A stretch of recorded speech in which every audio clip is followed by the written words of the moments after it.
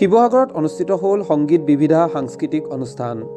ইমন কল্যাণ সংগীত বিদ্যালয়ৰ বাৰ্ষিক অনুষ্ঠানে আকৰ্ষিত কৰিলে শিৱসাগৰবাসীক। আনুষ্ঠানিক শিক্ষা গ্ৰহণ কৰাৰ সমান্তৰালভাৱে বৰ্তমান সময়ত প্ৰতিগৰাকী ছাত্ৰ ছাত্ৰীয়ে সংগীত, ক্ৰীড়া আদি সৰ্বতো দিশত আগবাঢ়ি যোৱাৰ প্ৰয়াস কৰিছে। সন্তানক সকলো দিশতে আগবঢ়াই নিয়াৰ লক্ষ্যৰে অভিভাৱকসকলেও বৰ্তমান সজাগ হৈছে।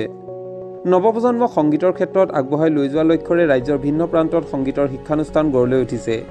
ইয়াৰ মাজতে শিৱসাগৰ জিলাৰ অন্যতম এখন সংগীত বিদ্যালয় হৈছে ইমন কল্যাণ সংগীত বিদ্যালয়। 2003 চনত শিৱসাগৰৰ গড়গাঁৱত স্থাপন হৈছিল ইমন কল্যাণ সংগীত বিদ্যালয়। বৃহত্তৰ গড়গাঁও, শিমলগুৰি, নাজিৰাকে ধৰি নামটি, চন্তক আদি বিভিন্ন ঠাইৰ ছাত্ৰ ছাত্ৰীসকলে ইমন কল্যাণ সংগীত বিদ্যালয়ত সংগীতৰ শিক্ষা গ্ৰহণ কৰি আহিছে। সমগ্ৰ গড়গাঁও অঞ্চলটোৰ ৰাইজক সাংস্কৃতিক ক্ষেত্ৰখনত আগবঢ়াই লৈ যোৱাৰ ক্ষেত্ৰত বিগত 23টা বছৰে বিশেষ অৱদান আগবঢ়াই আহিছে সংগীত বিদ্যালয়খনে। বিগত বৰ্ষৰ দৰে এইবাৰো গড়গাঁও মহাবিদ্যালয়ৰ প্ৰেক্ষাগৃহত এদিনীয়া কাৰ্যসূচীৰে অনুষ্ঠিত হয় ইমন কল্যাণ সংগীত বিদ্যালয়ৰ বাৰ্ষিক অনুষ্ঠান সংগীত বিবিধা শীৰ্ষক এক সাংস্কৃতিক অনুষ্ঠান। বিদ্যালয়খনৰ ছাত্ৰ ছাত্ৰীসকলে এই বৰ্ষপূৰ্তি অনুষ্ঠানত পৰিৱেশন কৰে গীত নৃত্য। ইয়াৰ উপৰি কেইবাগৰাকীও সংগীত জগতৰ সৈতে জড়িত শিল্পীয়ে অনুষ্ঠান পৰিৱেশন কৰে। সংগীতৰ ক্ষেত্ৰখনত ছাত্ৰ ছাত্ৰী কিদৰে আগবাঢ়ি যাব পাৰে, শাস্ত্ৰীয় সংগীত কিদৰে আয়ত্ব কৰিব পাৰে, সেই উদ্দেশ্যে ইমন কল্যাণ সংগীত বিদ্যালয়ৰ উদ্যোগত অনুষ্ঠিত কৰে সংগীত বিবিধা শীৰ্ষক সাংস্কৃতিক অনুষ্ঠান।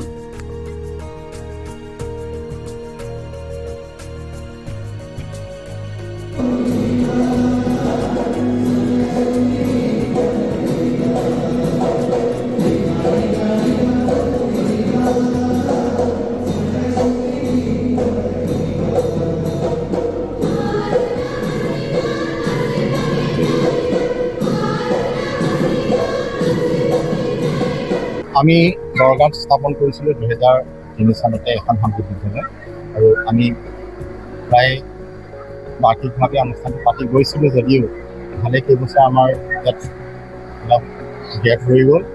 আমি 2018 চনত শেষৰটো কৰিছিলোঁ, আকৌ পুনৰ আমি 2026 চনত অনুষ্ঠানটো আৰম্ভ কৰিব ল'লোঁ। এইখিনি প্ৰস্তুতি কৰিবলৈ যাওঁতে আমাৰ ল'ৰা ছোৱালীক আমি যিমান পাৰোঁ ভালদৰে শিকাবলৈ চেষ্টা কৰিছোঁ, আৰু আমাৰ ইয়াতে সহযোগ কৰিছেহি। আজি আমি আমন্ত্ৰণ কৰিছিলোঁ কেইগৰাকীমান বিশেষ ব্যক্তি।